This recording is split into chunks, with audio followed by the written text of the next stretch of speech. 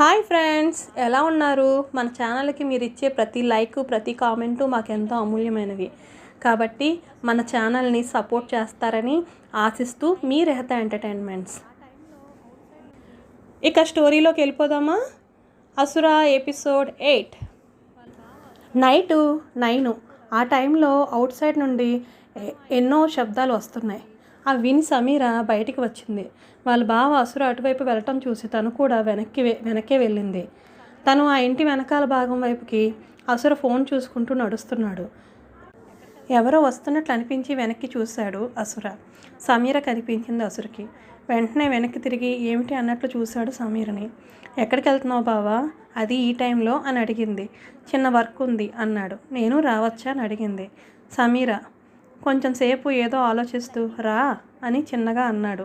ఇద్దరు నడుచుకుంటూ విల్లా వెనక భాగం వైపుకి వెళ్తున్నారు. లైటింగ్ చాలా తక్కువ ఉంది. విల్లా బ్యాక్ సైడ్కి కూడా స్టెప్స్ ఉన్నాయి. ఒక 10 మంది పని వాళ్ళు అక్కడే ఉండి ఏవో పనులు చేస్తున్నారు. అసురను చూడగానే అక్కడ ఉన్న పెద్ద ఆయన చాలా స్ట్రాంగ్గా ఉన్నాడు.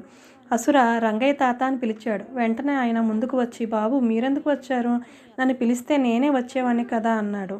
పని ఎలా జరుగుతుందో అని వచ్చాను అన్నాడు. రంగయ్య తాత సమీర వైపు చూసి, అచ్చు మీ అత్తయ్య ప్రేమిలా అమ్మగారు వలే ఉన్నారు చిన్నమ్మాయి గారు అన్నాడు ఎంతో అభిమానంగా. నేను అతను చూస్తుంటే సరే తాత, త్వరగా పని అయిపోవాలి. రేపటికి ఎలక్ట్రికల్ పోల్స్ అన్నీ వచ్చేస్తాయి. వెనుక సైడ్ కూడా మొత్తం సెక్యూరిటీ పెంచుతున్నాను. మీరందరూ కూడా మన హౌస్లోనే ఉండాలి. మీరెవరు బయటికి వెళ్ళకూడదు. ఎవరు నన్ను దాటి లోపలికి రాకుండా చూసుకోవాలి. ఇంకా మీ ఫ్యామిలీస్ అందరూ బిల్డింగ్ వెనుక ఉన్న అలర్ట్ చేసిన క్వార్టర్స్లో మీరు ఉండాలి. మీకు రేషన్ అన్నీ వస్తున్నాయా విల్లాలో నుండి అని అడిగాడు అసుర. వస్తున్నాయి బాబు, మాకు ఏ లోటు లేదు. పిల్లలు అందరూ మన ఆశ్రమంలో ఉన్న స్కూల్లోనే చదువుకుంటున్నారు. మేము హాయిగా మీరు ఇచ్చిన మంచి ఇళ్లలో సౌకర్యవంతంగా ఉన్నాం. నరసింహరాజు గారు, మీ నాన్నగారు పృథ్వీరాజు గారు మమ్మల్ని ఎలా చూసుకున్నారో ఈ అసుర మహారాజు గారు కూడా మమ్మల్ని అలాగే చూసుకుంటున్నారు. మీరుండగా మాకేం లోటు బాబు. మీరు అమ్మాయి గారు ఈడు జోడు చాలా బాగున్నారు అన్నాడు రంగయ్య తాత. అసుర నవ్వుతూ, తాత ఒక మాట చెప్పడానికి వచ్చాను. అసుర గంభీరంగా చాలా కోల్డ్ టోన్తో, తాత మళ్ళీ మనకి పని పడుతుంది అన్నాడు. దానికి తాత, మన ఊర్లో వాళ్ళని రెడీ చేయమంటారా అని చాలా ఉత్సాహంగా అడిగాడు. రంగయ్య తాత, సిద్ధం చెయ్యి, కానీ ఎవరికి అనుమానం రాకూడదు. అంతా చాలా మామూలుగా ఉన్నట్లే ఉండాలి. కానీ ఈ ఊర్లోకి ఎవరు కొత్తగా వచ్చినా ఎవరు వెళ్ళిపోతున్నా నువ్వే చూసుకోవాలి. ఏదైనా అనుమానం వస్తే వెంటనే వాళ్ళని తీసుకొచ్చి నా ముందు పడే అన్నాడు. సమీర చాలా ఆశ్చర్యంగా నోరెళ్ళబెట్టి అలా చూస్తూ ఉండిపోయింది. ఈలోగా అలాగే బాబు అన్నాడు. ఈ విషయాలన్నీ పెద్ద ఆయనకి కానీ అమ్మకి కానీ అస్సలు తెలియనివ్వకు అన్నాడు అసుర. ఎవడు వస్తాడో వాడిని రానివ్వండి. చిన్నమ్మగారిని తాకే గాలిని కూడా వాడిని ముట్టుకొనివ్వను అన్నాడు చాలా రోషంగా. సమీరకి చాలా ఆశ్చర్యంగా అతని వైపు అసుర వైపు మార్చి చూసింది. సరే తాత, నేను వెళ్తున్నాను. రేపటి నుంచి బౌన్సర్స్ కూడా ఇక్కడే విల్లా బ్యాక్ సైడ్ ఉన్న రూమ్స్ వాళ్ళకి అలాట్ చేసే, ఇంకా ఫుడ్ కూడా ఇక్కడ మీకు కావాల్సినవన్నీ మన గోడౌన్లో నుండి తెప్పించుకోండి. లారీ ట్రాన్స్పోర్ట్స్ అంతా మన వాళ్ళే ఉండాలి. మారితే అనే లోపే వెంటనే మీకు వాడిని కట్టి మీ ముందు పడేస్తా అన్నాడు చాలా హుషారుగా. సరే తాత, నేను పోతున్నా, జరభద్రం అన్నాడు అసుర తన యాస మారుస్తూ. అలాగే బాబు, భద్రంగా పోయిరా అన్నాడు తాత. అసుర వెంటనే తిరిగి లాన్ వైపు నడుస్తూ, ఏం పిల్ల అలా చూస్తుంటివి అన్నాడు సమీర వైపు చూస్తూ. నేను కూడా కాసేపు ఆగి నవ్వి, ఏంటి ఇదంతా అన్నాను. ఏముంది, అంతా నీ సేఫ్టీ కోసమే అన్నాడు క్యాజువల్గా. అదే ఎందుకు ఇదంతా అన్నది చాలా కన్ఫ్యూజ్ అవుతూ. ఆ లాన్లో మేము లాస్ట్ టైం కూర్చున్న బెంచ్ వైపు నడుచుకుంటూ వెళ్ళి అసుర కూర్చున్నాడు. సమీర వెళ్ళి కొంచెం దూరంగా జరిగి కూర్చుంది. చుట్టూ పెద్ద పెద్ద కోకో చెట్లు గాలికి ఊగుతున్నాయి. చుట్టూ అక్కడక్కడ పూల మొక్కలు, మొత్తం లానంతా గ్రీన్ గ్రాస్. ఆ ప్లేస్ అంటే సమీర్కి చాలా ఇష్టం ఏర్పడింది. అది విల్లాకి కొంచెం దూరంలో ఉంటుంది. అసుర ఏదో డీప్గా ఆలోచిస్తూ సమీర్ వైపు చూసి, నీకు ఏది తెలిసినా వెంటనే నువ్వు మాలతికి షేర్ చేస్తావు కదా అన్నాడు. అవును, మేమిద్దరం చిన్నప్పటి నుంచి బెస్ట్ ఫ్రెండ్స్ అంది. సరే కావచ్చు, బట్ నీకంటూ పర్సనల్ స్పేస్ ఉండాలి అన్నాడు. నువ్వు నా లైఫ్లోకి వచ్చే వరకు ఆ స్పేస్ లేదు, కానీ ఇప్పుడు అలా కాదు అని ఆగిపోయింది. వెంటనే ఇద్దరి మధ్య కాసేపు మాటలు లేవు. ఒకరినొకరు చూసుకుంటున్నారు. అప్పుడు అసుర తేరుకుని, నీకు ఇక్కడికి వచ్చిన దగ్గర నుంచి ఒక విషయం చెప్పాలనుకుంటున్నాను, బట్ అది నాకు ఎలా చెప్పాలో నాకు తెలియటం లేదు అన్నాడు. పర్వాలేదు బావా, చెప్పు, నా మీద నీకు నమ్మకం ఉంటే అన్నది. దానికి అసుర చిన్నగా నవ్వుతూ, ఈ ప్రపంచంలో నేను నిన్ను నమ్మకపోతే ఎవరు నమ్మాలి అన్నాడు. ఆ వాయిస్లో తన మీద ప్రేమ నమ్మకం కనిపించాయి సమీరకి. అసుర సమీర చేయి పట్టుకుని ప్రేమగా తన వైపు చూస్తూ సమీరా అని పిలిచాడు. నేను అతన్ని అలా చూస్తూనే ఉన్నాను. చాలా జెంటిల్గా నా వైపు చూస్తున్నాడు అతను. అలా సమీరా అనగానే నా పేరు నాకే కొత్తగా అనిపించింది కాసేపు. తర్వాత అసురు మాట్లాడుతూ, నేను నీ మెడలో తాళి ఎందుకు వేశాను అని ఎప్పుడైనా ఆలోచించావా అన్నాడు. సమీరా ఏం చెప్తుందో అన్నట్టు చాలా క్యూరియాసిటీతో ఆమె వైపు చూస్తున్నాడు. సమీరా ఆలోచిస్తూ ఫేస్ మీద పడుతున్న తన ఫ్రీ హెయిర్లోకి తన వేలు పోనిచ్చి సవరించుకుంటూ, చాలాసార్లు ఆలోచించాను బావా, నాకు సరైన ఆన్సర్ దొరకలేదు. నీకు నేను ఎంత నచ్చినా వచ్చి ఆ విధంగా నన్ను ఎందుకు అప్రోచ్ అయ్యావు అని అడిగింది. థ్యాంక్స్ ఫర్ యువర్ అండర్స్టాండింగ్ అన్నాడు. వెంటనే ఎందుకన్నట్లు చూసింది. నా మీద నీకు ఎలాంటి నెగిటివ్ ఇంప్రెషన్ ఉందా అని నేను చాలా బాధపడేవాడిని. నువ్వు నన్ను చూసి భయపడి తల తిప్పేసుకుంటుంటే నాకు చాలా వేదనగా ఉండేది. కానీ నాకు తెలుసు నువ్వు నన్ను అర్థం చేసుకుంటావని నా మనసు నాకు చెబుతూ ఉంది. నీకు ముందు మన ఫ్యామిలీ గురించి తెలియాలి. ఈ ప్రాంతంలో చాలా పేరున్న కుటుంబం మనదే. తాతయ్య తిరువనంతపురంలోనే ఒక పెద్ద ఇండస్ట్రీని స్టార్ట్ చేశారు. ఈ తిరువనంతపురం విలేజెస్ అందరూ తాతయ్య మాటే అంటే వేదం వాళ్ళకి. వాళ్ళ పిల్లలందరికీ కూడా మంచి ఎంప్లాయ్మెంట్ వస్తుందని తాతయ్య దీన్ని బాగా డెవలప్ చేశారు. నాన్న అమెరికాలోనే చదివి అక్కడే ఆయన ఒక బిజినెస్ కార్పొరేషన్ని స్టార్ట్ చేశారు. దానివల్ల అక్కడ నుండి మంచి స్పాన్సర్స్ని ఇంకా టెక్నీషియన్స్ని ఇక్కడికి పంపించేవారు. దానివల్ల మనకి ఫండ్స్ ప్రాబ్లం లేదు. మన బిజినెస్ చూసి పక్కనే ఉన్న తాతయ్య బెస్ట్ ఫ్రెండ్ అయిన రాఘవరావు గారు కూడా ఒక కంపెనీ స్టార్ట్ చేశారు. దానికి ఫండ్స్ తాతయ్యే ఇచ్చారు. వాళ్ళ అమ్మాయిని సరస్వతిని నాన్నకు చేశారు. ఆవిడే మా అమ్మ. అయితే మా అమ్మకి ఒక అన్నయ్య ఉండేవాడు, వాడే పశుపతి. మీ అమ్మ ప్రమీలను పెళ్లి చేసుకుంటానని ఈ కంపెనీకి మన ఆస్తిని కొట్టేయాలని ఆశవాడికి. అంత వరస్ట్గాడు ఈ భూమి మీద ఎవడూ ఉండడు. మా అమ్మ నాన్న చాలా హ్యాపీగా ఉండేవారు. వాళ్ళకి నేను పుట్టాక కంప్లీట్గా నాన్న ఇండియాకి వచ్చేసి వజ్ర ఇండస్ట్రీస్ని వజ్ర గ్రూప్ ఆఫ్ ఇండస్ట్రీస్గా మార్చారు. దానివల్ల షేర్ హోల్డర్స్ పెరిగారు. అత్త కూడా ఈ కంపెనీకి one of the share holder.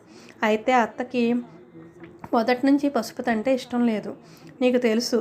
అయితే ఈ పశుపతి అత్తను తాతయ్యను విడదీయడానికి వాళ్ళ పెళ్ళి ఆగిపోవటం వల్ల వాళ్ళ నాన్న చనిపోయాడని క్రియేట్ చేసి వాళ్ళ నాన్నను వాడే చంపేసి తాతయ్య దగ్గర సానుభూతి సంపాదించాడు. అంతేకాకుండా మీ అమ్మని వెతికి తెస్తానని వెళ్ళి మా నాన్నను కూడా వాడే కత్తితో అటాక్ చేశాడు. దాంతో మా నాన్న పృథ్వీరాజు కూడా పశుపతిని పొడి చేశాడు. ఇద్దరు అక్కడికక్కడే చనిపోయారు. మీ అమ్మ నాన్న వాళ్ళు వస్తే ఎక్కడ ఫ్యామిలీలో కలిసిపోతారు అని వాడు మా నాన్న మీద అటాక్ చేశాడు. ఇందులో మీ నాన్న హస్తం కూడా ఉంది అనగానే సమీర శ్రద్ధగా వింటున్నదల్లా చాలా షాక్ అయ్యి, ఏంటి బావా అంటున్నావు అని వెంటనే నిలబడింది. అసురు కూడా కూర్చున్నవాడల్లా నిలబడి, అవును, నువ్వు విన్నది నిజమే. మీ నాన్న అత్తను కాపాడుకోవటం కోసం మా నాన్న పృథ్వీరాజుని చంపడానికి మనుషుల్ని పంపి పశుపతితో చేతులు కలిపాడు. ఇద్దరు కలిసి మా నాన్నపై అటాక్ చేసి ప్లాన్ చేశారు అని చాలా ఆవేశంగా చెప్పాడు. ఇది అత్తకు తెలుసా అని అడిగింది. తెలీదు. ఇప్పుడు మాట్లాడి వచ్చామే రంగయ్య తాత. ఆ రోజుల్లో ఆయనే మా నాన్న అనుచరుడు. అక్కడ జరిగిన దానికి సాక్షి. ఇవన్నీ నాకు తాతయ్యకు తప్ప ఎవరికి తెలియదు.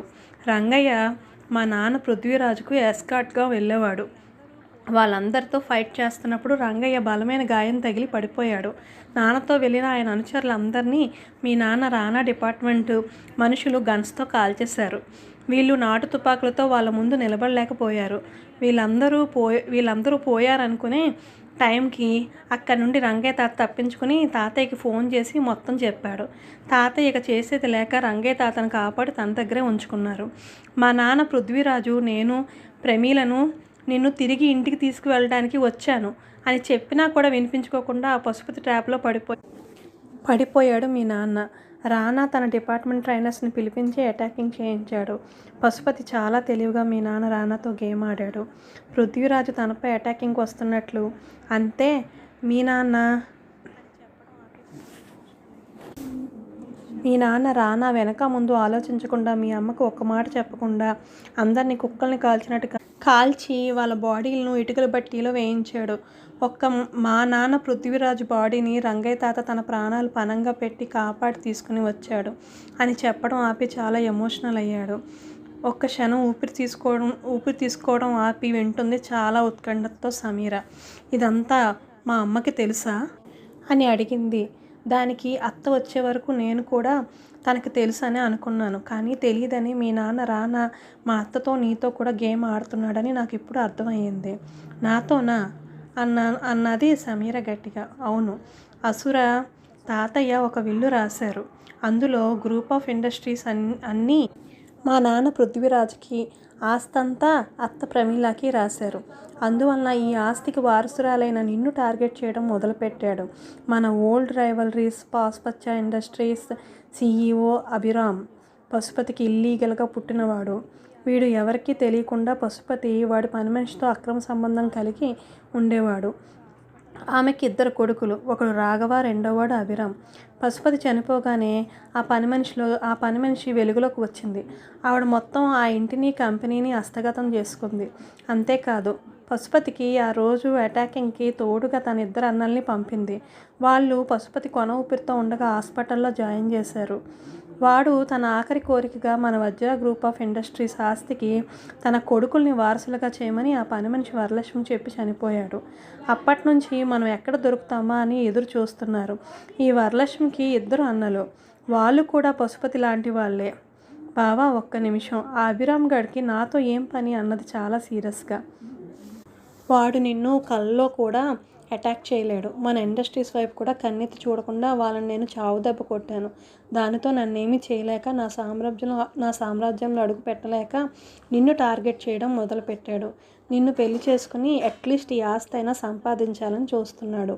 ముందు నేను కిడ్నాప్ చేయడానికి చూశాడు. 2 సార్లు నేను ఎంటర్ అవడంతో వాడు మీ నాన్న ద్వారా నిన్ను పెళ్లి చేసుకోవడానికి గేమ్ ఆడుతున్నాడు. వెంటనే సమీరకు తన కాళ్ళ కింద భూమి కదిలిపోతున్నట్లు అనిపించి బెంచ్ మీద కూర్చుండిపోయింది.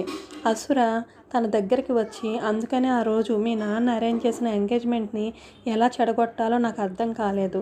లాస్ట్ మినిట్లో అభిరామ్ ప్లాను నా మనుషుల ద్వారా తెలిసింది.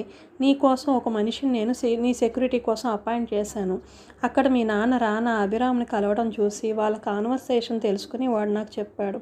వెంటనే నేను నా గేమ్ స్టార్ట్ చేశాను. అత్తకి ఎలా చెప్పాలో నాకు అర్థం కాలేదు. నాకు కనీసం పరిచయం కూడా లేదు నీతో. అందుకే ఆ సమయంలో తాతయ్యతో అమ్మతో అంతా చెప్పి వాళ్ళ పర్మిషన్తో నేను నీ మెడలో తాళి కట్టి అక్కడి నుండి నేను తప్పించాను. ప్రమీల అత్త చాలా తెలివైంది, వెరీ ప్రాక్టికల్. తను సిచ్యువేషన్ని చాలా త్వరగా అర్థం చేసుకుంటుంది. నా డౌట్ నిజమైతే ఈ పాటికి మీ నాన్న మీద నిఘా పెట్టే ఉంటుంది.